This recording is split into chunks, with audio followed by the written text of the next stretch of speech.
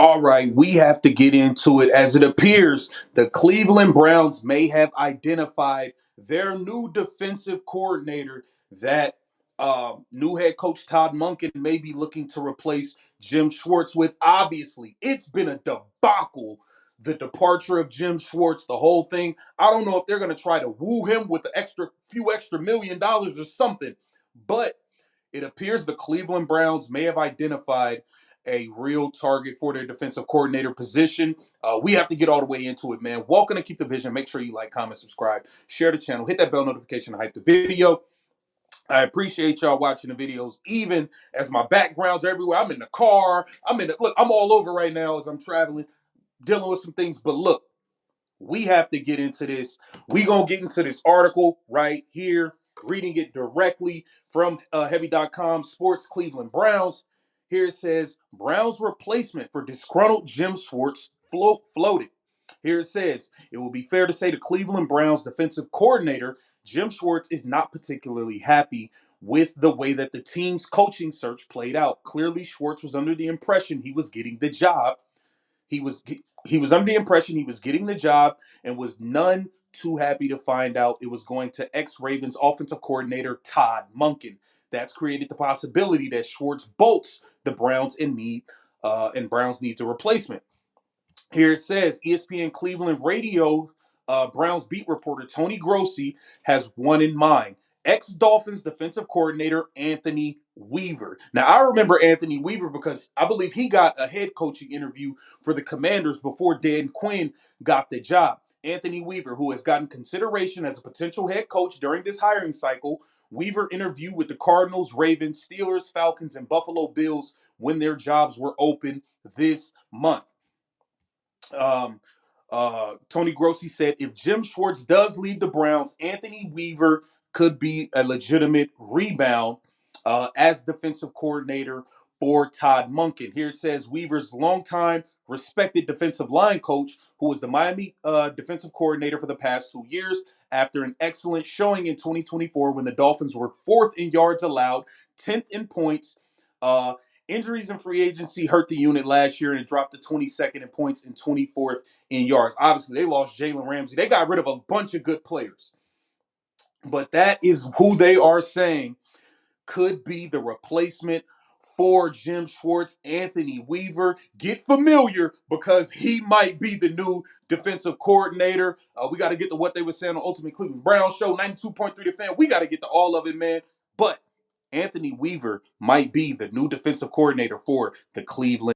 Tracks don't really mean much to Jimmy Haslam once you get into year 2 or year 3 of them. Yeah. But I do think that's a good I think that's the kind of contractual stability that a guy Todd Monken's taking a chance on the Browns in the same way that the Browns are taking a chance on Todd Monken. 5 years feels right. It just showed commitment in a way that I enjoyed. And that's not because I necessarily believe in Todd Monken to the highest degree, but I like the idea that they weren't like, all right, 12 months from now, we want an easy way out. And yes, money can get out of you and out of this. And Jimmy's done it many times. And yeah, especially when you see like with Stefanski, it's like he doesn't even, because the offset language of all this stuff, he doesn't even have to pay Stefanski to be gone and away from this team. Like, he can afford it. I'm sure he's fine. You can roll the dice this way. But it just showed that they clearly have a plan with Monken that isn't just, hey, we're going to fire you 12 months from now to get a new head coach, to draft Arch Manning and just go. 216-474-0092. Does the 5-year commitment surprise you?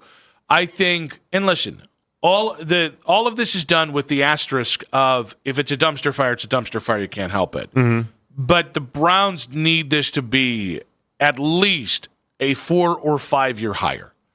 Because once you get into, if you get 4 or 5 years out of Monken at the very least, and we're talking about 2 head coaches in a decade, you are going to be farther away from the stink of every 2 years firing another head coach. Mm-hmm. And I think if you said right now Monken gets 5 years, I think that's more than what people are going to expect. When I think there are a lot of people that saw this and thought, oh, this is going to be like in 2022 when something like, was it 9 of the 10 coaches? Something ridiculous, like almost every one of the coaches hired in that cycle has been fired already. It started to turn into the NBA? Yes. And so I think the Browns need to really allow this thing to mature with Todd Monken, mostly because there's kind of a weak point with the Steelers and Ravens of, hey, you don't have that threat of how are we going to beat Harbaugh? How are we going to beat Tomlin anymore?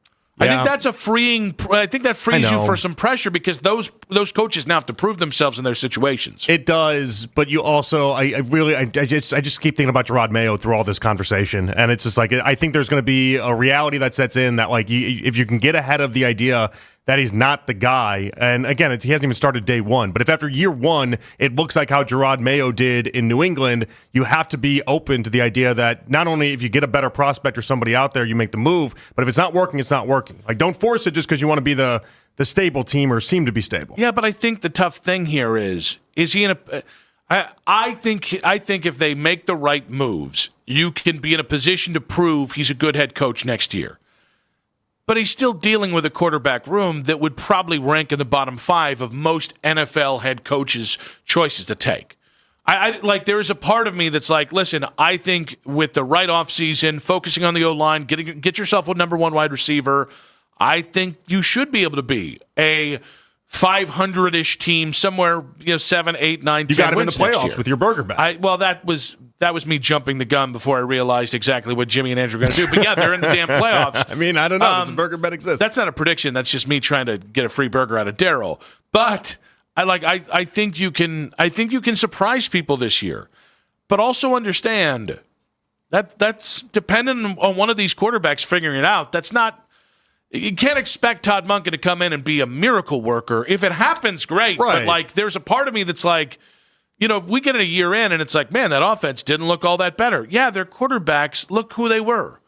Like, it would make sense in a year we're talking about quarterback and going for a quarterback next offseason. I think for a lot of people, they live with that expectation. And so, like, when Monken was given this job, was he given the job with the idea of you have to make Shador or Deshaun be awesome?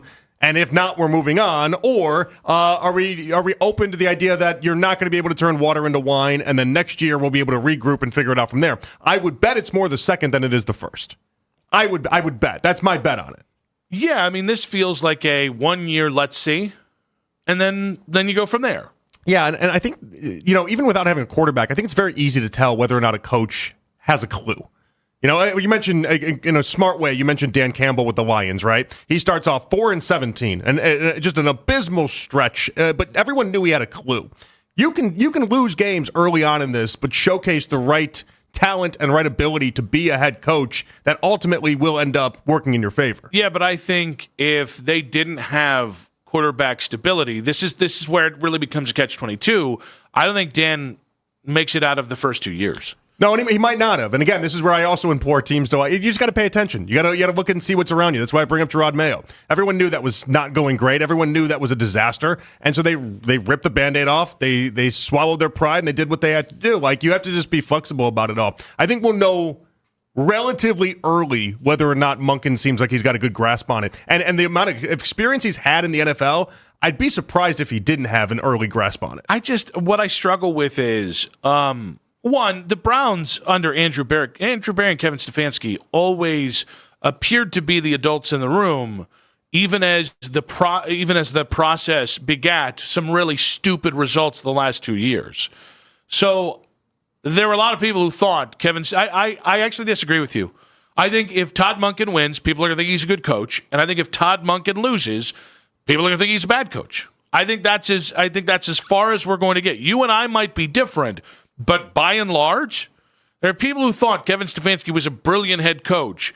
8 wins over 2 seasons, and all of a sudden, Kevin Stefanski was the dumbest man on the planet. Listen, I think for a lot of people, it's just as simple as how many games did you win or lose. I think that it boils down to a lot of that for a lot of people. But I think for the people that are paying enough attention, I think in a year, even where you have losses, you can tell whether or not the guy has a clue and has the right idea. Part of what I moved away off of Stefanski was that in these losses, some of the problems that existed while he had wins never went away. And you saw a lot of the warts continue to just be really elevated. And so, like, I don't know. I think you can tell in many ways. I think it's easier to identify for the people that want to.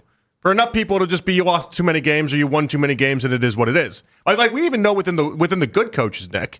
Like, no one's given Zach Taylor his flowers while appearing in a Super Bowl. Everyone looked at him and was like, I don't know that I like this guy. There's all sorts of coaches we look at that win games, and we're like, I just don't know. We just saw it with Sean McDermott for 7 years. People are like, I don't know about him. Yeah, Won a bunch of games. Sirianni's got a 700 winning percentage, and people